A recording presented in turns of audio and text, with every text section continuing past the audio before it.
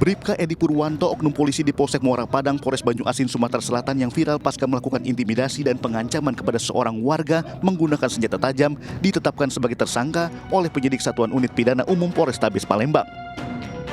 Penetapan tersangka berdasarkan laporan dari korban dan barang bukti video viral, serta dari hasil pemeriksaan saksi, korban, dan tersangka. Tersangka dijerat pasal 335 KUHP tentang pengancaman dengan ancaman kurungan paling lama 1 tahun penjara. Usai ditetapkan sebagai tersangka, oknum polisi tersebut langsung ditahan di Bitpropam Polda Sumsel. Inilah detik-detik rekaman kamera pengawas saat sebuah minibus melaju kencang dan menerobos lampu merah hingga menabrak rombongan pesepeda motor. Peristiwa yang terjadi di Jalan BSD Raya Utama Pegedangan, Tangerang sempat mengalami kemacetan panjang karena sejumlah pengendara sepeda motor terpental. Meski dalam peristiwa ini tidak menimbulkan korban jiwa, namun 4 kendaraan bermotor kondisinya rusak parah. Kabar dicopotnya Melki Sedek Huang dari jabatan Ketua BEM UI viral di media sosial. Melki berhentikan sementara karena diduga melakukan kekerasan seksual. Pemberhentian sementara Melki Sedek Huang dari jabatannya sebagai Ketua BEM UI pertama kali mencuat melalui unggahan akun di media sosial X Aditya Rizik dengan nama akun Bulan Pemalu. Dalam unggahannya disebutkan bahwa posisi Melki untuk sementara digantikan oleh Siva Anindya Hartono selaku Wakil Ketua BEM UI periode 2023. Selain itu, akun Bulan Pemalu juga melontarkan cuitan berunsur dugaan kekerasan seksual yang dilakukan oleh Melki Sedek Huang. Tim Liputan iNews melaporkan.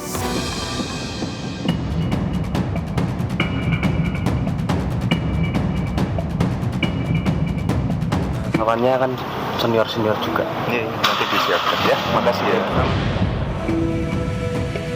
Di situ ditentukan bahwa debat pasangan calon. Jadi dengan begitu kehadiran ya harus pasangan calon. Tidak dalam upaya dalam tanda kutip untuk melindungi pasangan calon tertentu sebagaimana narasi-narasi yang dibangun di luar. Terlalu jauh ya orang berimajinasi.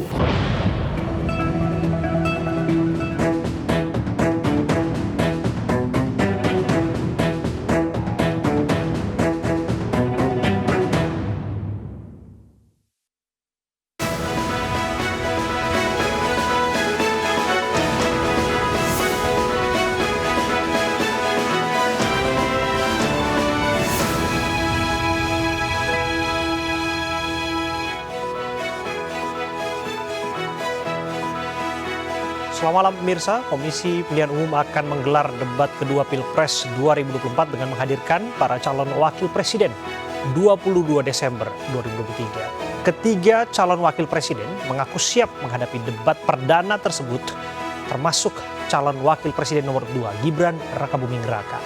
Ini adalah kesempatan pertama kali Gibran akan beradu gagasan dengan Muhaimin Iskandar dan Profesor Mahfud MD. Kita akan ulas secara mendalam dalam Dakdikduk debat cawapres. Saya Abraham Silap. Saya waktu itu oposisi, Mas Anies. Pak Prabowo tidak tahan untuk menjadi oposisi. Beliau sendiri menyampaikan bahwa tidak berada dalam kekuasaan membuat tidak bisa berbisnis. Saya jadi tidak enak ini Mbak hari ini. Mohon maaf. Usai menggelar debat perdana calon presiden Pilpres 2024, Komisi Pemilihan Umum akan menggelar debat kedua dengan menghadirkan calon wakil presiden pada 22 Desember mendatang. KPU menyatakan format debat akan dilakukan sama seperti debat perdana calon presiden, di mana pada debat perdana capres dibagi 6 segmen dengan durasi 120 menit. Setiap calon akan saling bertanya dan saling sanggah dalam 4 segmen, yakni pada segmen 2, 3, 4, dan 5. Sementara di segmen 1 pemaparan visi misi. Adapun di segmen ke-6, setiap calon memberikan closing statement. Terkait dengan format debat ini, Wakil Presiden Ma'ruf Amin menyerahkan semuanya ke KPU. Ma'ruf Amin menegaskan debat cawapres ini sangat penting untuk mengetahui gagasan dari masing-masing calon. Oh ya tentu bermanfaat sehingga masyarakat tahu kan, tahu bahwa menguasai masalah apa enggak untuk yang ini tahu masalah gitu saya kira. Calon Presiden nomor urut 1 Ganjar Pranowo menyatakan calon Wakil Presiden Mahfud MD telah siap menghadapi debat kedua. Menurut Ganjar, Cawapres Mahfud MD sudah siap menjawab semua pertanyaan yang telah disiapkan panelis. Masing-masing akan bisa memberikan pesan pemikiran konsepsi dengan program-program yang bisa diberikan kepada masyarakat. Karena ini bukan sekedar tontonan, tapi ada pesan pendidikan politik agar masyarakat punya preferensi nanti untuk memilih. Maka orang akan tahu seberapa dia konsisten. apa pengalamannya, bagaimana track recordnya, dan itu akan terlihat dari seluruh kelengkapan yang ada di masing-masing ketika menjawab atau bertanya pada soal ini. Menurut saya menarik. Sementara itu, calon wakil presiden nomor urut 2, Gibran Rakabuming Raka mengaku akan mempersiapkan diri untuk menghadapi debat kedua. Iya, nanti disiapkan. Lawannya kan senior-senior juga. Iya, nanti disiapkan ya. Makasih ya. Kalau evaluasi yang kemarin, Mas. Sementara tim nasional Anies Muhaimin memastikan akan memberikan kejutan di debat kedua Pilpres 2024. Debat kedua dikhususkan untuk calon wakil presiden. Isu yang diangkat terkait ekonomi, mulai dari ekonomi kerakyatan, ekonomi digital, keuangan, investasi, pajak, perdagangan, pengelolaan APBN dan APBD, infrastruktur, dan perkotaan.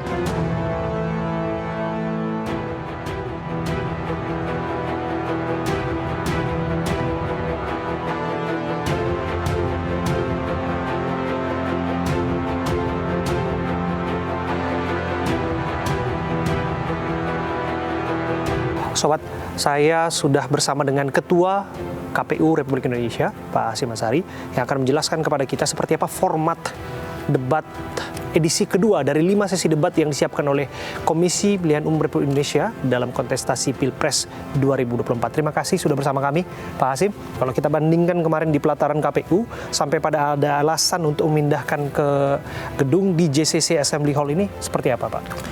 Jadi bukan karena ada sesuatu yang kemudian harus pindah ya. Karena sejak awal disepakati 5 kali debat itu, 3 debat capres dan 2 debat cawapres, itu salah satunya bertempat di kantor KPU. Dan berdasarkan pembicaraan sejak awal antara KPU sudah membuat keputusan bahwa salah satu arena untuk debat itu ditempatkan di kantor KPU.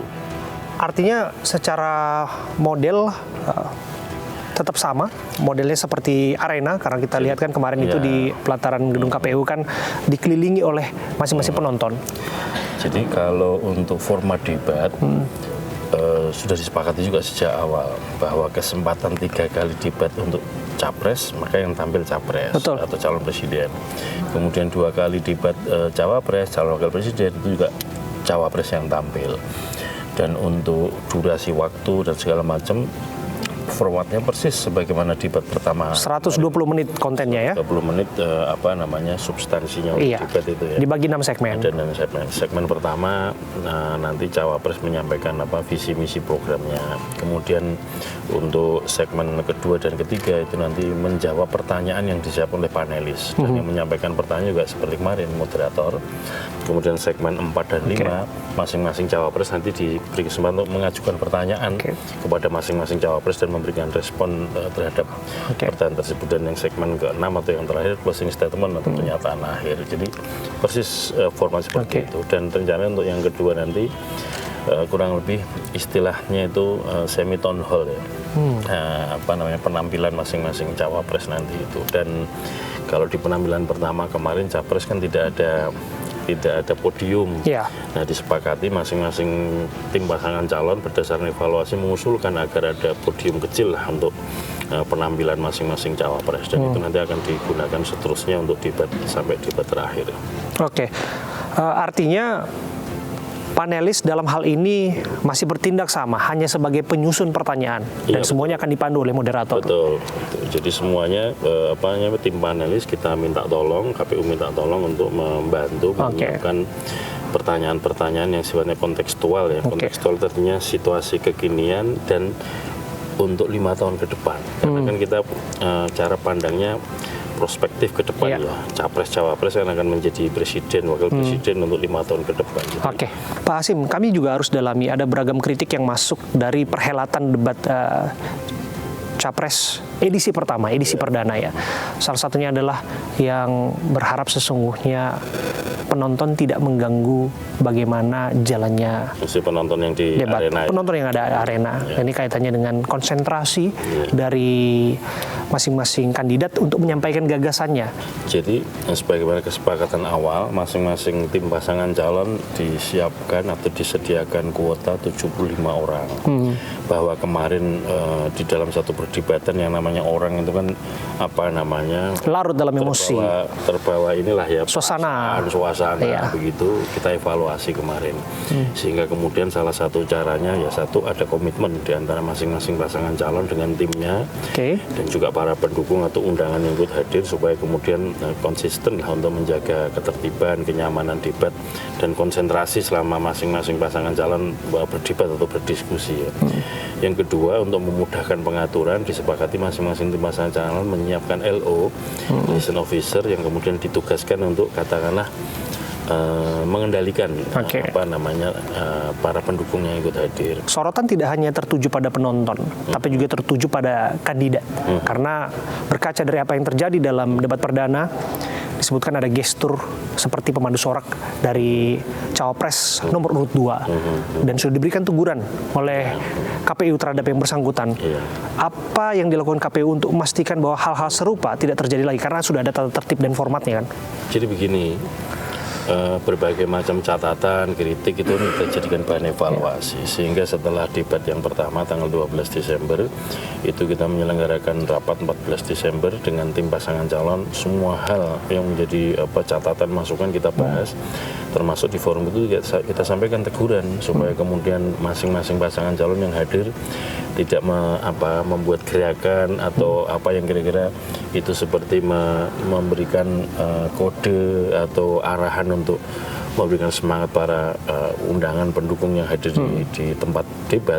Karena apa? Ini kan kemudian bisa memakan waktu, mengganggu konsentrasi masing-masing calon yang sedang debat. Karena kan riuh rendah ini kan kemudian publik yang mau mendengarkan mungkin bisa terganggu dan seterusnya ya. Itu sudah kita sampaikan supaya tidak diulangi lagi.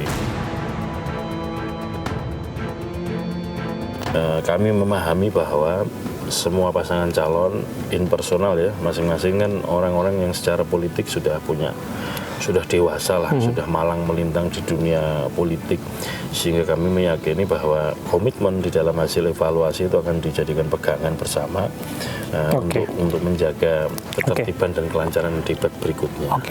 Kalau dalam hal ini kan sesi kedua akan difokuskan hanya untuk cawapres saja. Betul. Tapi dalam kehadiran turut disertai oleh masing-masing kandidat presidennya juga. Betul. Kami harus ungkit lagi ini alasan utama di balik ini semua. Mengapa kemudian dirasa perlu untuk menghadirkan masing-masing calon presidennya di sana? Karena pada akhirnya kan yang beradu gagasan adalah calon wakil presidennya.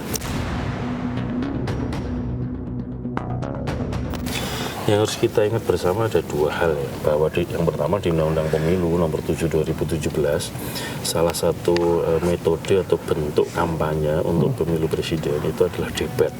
Di situ ditentukan bahwa debat pasangan calon. Jadi dengan begitu kehadiran ya harus pasangan calon karena debatnya kan debat pasangan calon. Bahwa kemudian di ketentuan di penjelasan undang-undang tersebut menentukan bahwa kesempatan bicaranya dibagi 3 kali, selama 5 kali debat itu 3 kali kesempatannya capres yang bicara, kemudian 2 kali cawapres. Jadi dalam pandangan kami ya memang demikian situasinya. Tidak dalam upaya dalam tanda kutip untuk melindungi pasangan calon tertentu sebagaimana narasi-narasi yang dibangun di luar. Terlalu jauh ya orang berimajinasi. Ekspektasi KPU dalam debat ini apa sih sebetulnya? Pak Hasim, tentu sudah ada evaluasi dalam debat pertama, yang mana hasil dalam debat itu menjadi percakapan publik. Di warung kopi, di pasar, di meeting dan lain sebagainya, bahkan di pertemanan keluarga pun ini menjadi percakapan. Di media sosial marak dan lain sebagainya, bahkan ada yang memotong-motong dan lain sebagainya. Anda melihat apakah ini bisa mengangkat partisipasi publik dalam kepemiluan 2024 atau jangan-jangan ini juga satu hal yang bisa saja dimanfaatkan oleh orang-orang lain untuk membangun kampanye antar pasangan calon yang dianggap saling menjatuhkan? Pada dasarnya begini Mas, kampanye itu kan upaya untuk peserta pemilu, kandidat, pasangan calon untuk menyampaikan gagasan-gagasan, visi misi program kerja yang akan dikerjakan dalam 1 periode ke depan, 5 tahun ke depan. Pada dasarnya itu metode itu bentuknya bisa macam-macam. Kan ada kampanye terbuka, ada kampanye pertemuan terbatas, kemudian ada tatap muka. Nah kalau metode tatap muka atau bertemu langsung dengan pemilih itu juga ada keterbatasan. Maksud saya keterbatasan lebih ini cara berpikirnya ya.